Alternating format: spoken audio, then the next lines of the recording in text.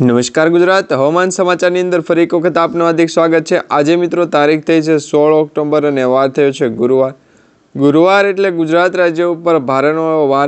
આજથી ગુજરાતના ઘણા બધા જિલ્લાઓની અંદર વેધર એનાલિસિસના એક્સપર્ટ દ્વારા જે માહિતી આપવામાં આવી હતી એ એક્સપર્ટની માહિતી પણ ખોટી સાબિત થતી જોવા મળી રહી છે। જેમાં કહેવામાં આવી રહ્યું છે કે જે વાતાવરણની અંદર પલટો આવ્યો છે, ખાસ કરીને અહીંયા તમે જોઈ શકો છો દક્ષિણ ભારતની અંદર પલટો આવ્યો છે। તો આ દક્ષિણ ભારતવાળી જે સિસ્ટમ છે એ ઉત્તર ભારત તરફ આગળ વધવી જોઈએ, મધ્ય ભારત તરફ આગળ વધવી જોઈએ અથવા તો પૂર્વ ભારત તરફ આગળ વધવી જોઈએ। બાકી તો આ સિસ્ટમની અસર અત્યારે ગુજરાત પછી દિવાળી પછી પણ 2 થી 3 દિવસની અંદર જે લોકેશન બનાવે છે કે નહીં એમના રૂબરૂ જઈ અને વાતાવરણની અંદર પલટો ફિટ કરાવો છે। ત્યાર પછી વાતાવરણની અંદર અસર દર્શાવી દઈશું। બંગાળની ખાડીની અંદર લો પ્રેશર સિસ્ટમ સર્જાવી હોય તો સર્જાવી શકે છે। તો આ અંગે ચેતવણી છે ખાસ કરીને મહત્વપૂર્ણ મોટા કાગળિયા થઈ અને ત્યાર પછી વાતાવરણના હાથ ઊંચા કરવા એના કરતાં અરબ સાગરના દરિયાની અંદર ભેજનું પ્રમાણ છે એ અને બી લોકેશન પ્રમાણે દરેક લોકોને દરેક કામ હોય તો એ કામ છે 2-1 વાગ્યા પછી છે જેનું સરળ રીતે આપણે છે એ વાંચન કરી શકીએ।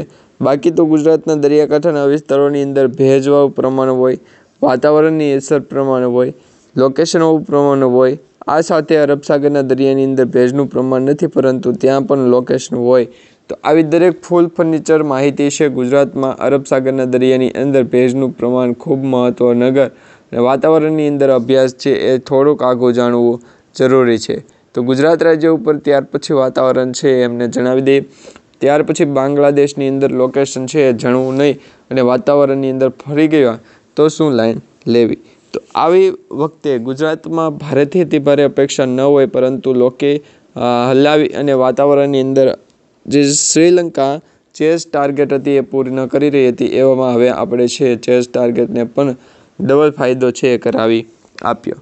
તો આ અંગે તમારું શું કહેવું છે નીચે કમેન્ટ બોક્સમાં ખાસ કરીને જણાવી દેજો કે વાતાવરણની અંદર જે પલટો અત્યારે તમે જોઈ શકો છો આ પલટો અરબ સાગરના દરિયાની અંદર ભેજવાળું પ્રમાણ હોય એના કારણે વધારે દર્શાવવામાં આવી રહ્યો છે।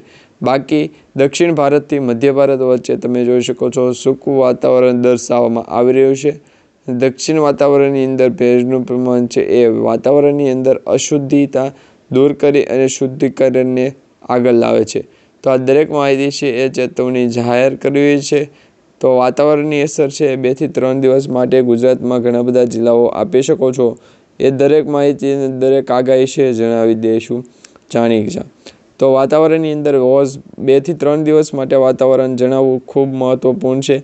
ત્યાર પછી ગુજરાત રાજ્યની અંદર અત્યારે લોકેશન છે એ માત્ર બંગાળની ખાડીથી નજીક ન હોય પરંતુ 2 દિવસથી વચ્ચે દર્શાવવામાં આવે છે।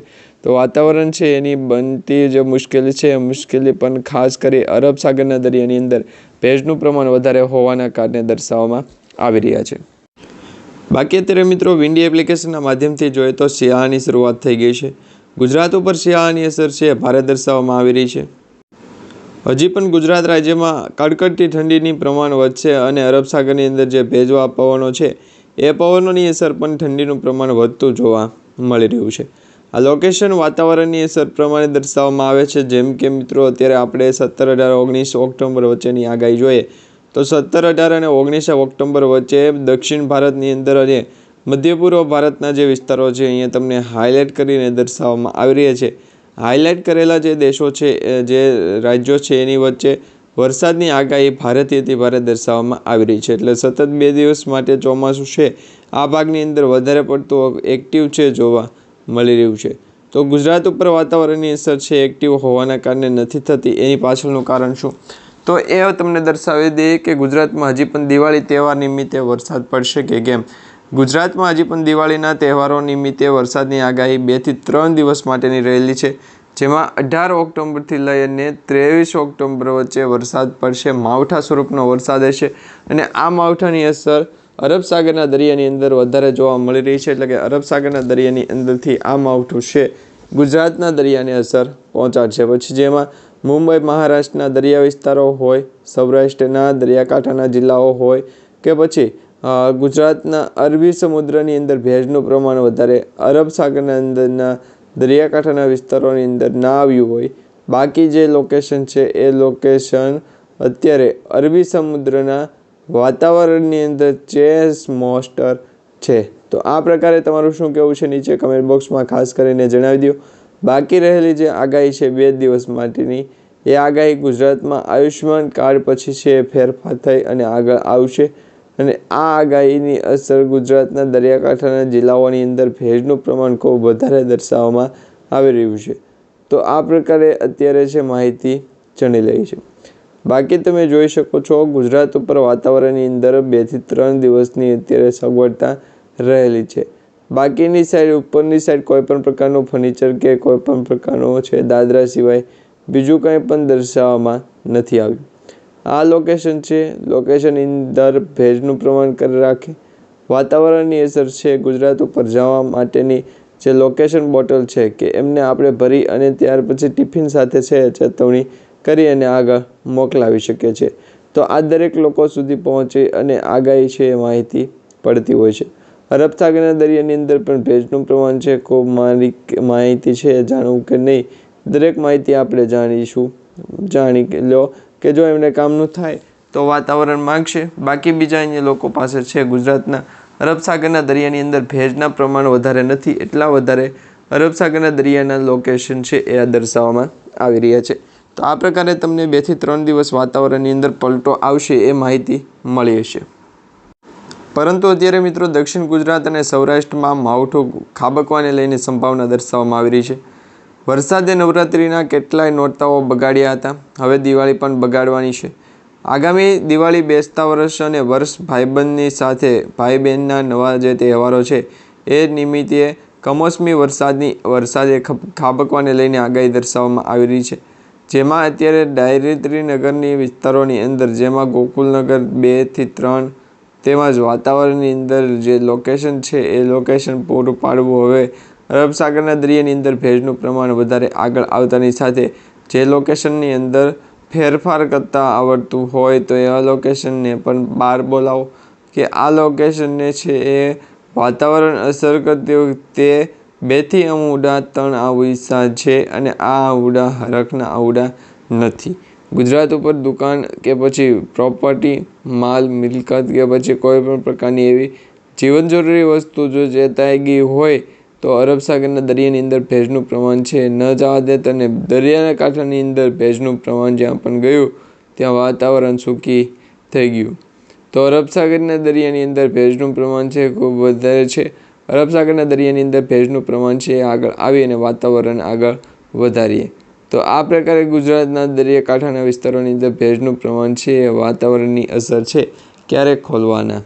તો 2 થી 3 દિવસ માટેની એક જોડી છે એ વાતાવરણની અસરના દિવસે છે એ જાણી કરી અને માહિતી સ્વરૂપે આગળ વધારવી. કારણ કે મિત્રો અત્યારે તમે જોઈ શકો છો કે નવરાત્રિ પૂર્ણ થતાં ઘણા બધા સમયની અંદર છે વાતાવરણની અંદર પલટો જોવા મળ્યો હતો. ખેડૂતો માટે નુકસાની થવાની લઈને સૌથી મોટા સમાચાર સામે આવી રહ્યા હતા. એટલે કે ખેડૂતોને પણ પાક નુકસાન છે એ થતું જોવા મળે છે. 2 દિવસ માટે જો મિત્રો માવઠું થયું હોય સખત ગુજરાત ઉપર વાતાવરણ પલટું હોય અને વાતાવરણ થયું હોય તો વાતાવરણની અંદર છે ભેજનું પ્રમાણ વધારે આવે. અરબ સાગરના દરિયાની અંદર આવું જ કંઈક છે એ જોવા મળ્યું છે.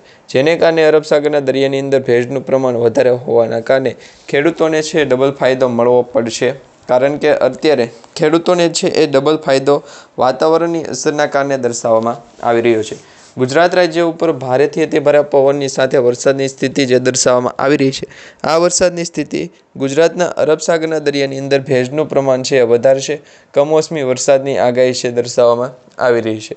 જેમાં અત્યારે મિત્રો દિવાળીના તહેવાર નિમિત્તે કમોસમી વરસાદના ટાણે રંગમાં ભંગ પડ્યો હોય તેવી શક્યતાઓ વ્યક્ત કરવામાં આવી છે. દિવાળીના તહેવારમાં દક્ષિણ ગુજરાતમાં તહેવારો છે એ બગડશે કારણ કે દક્ષિણ ગુજરાતના રાજ્યમાં માવઠું થશે.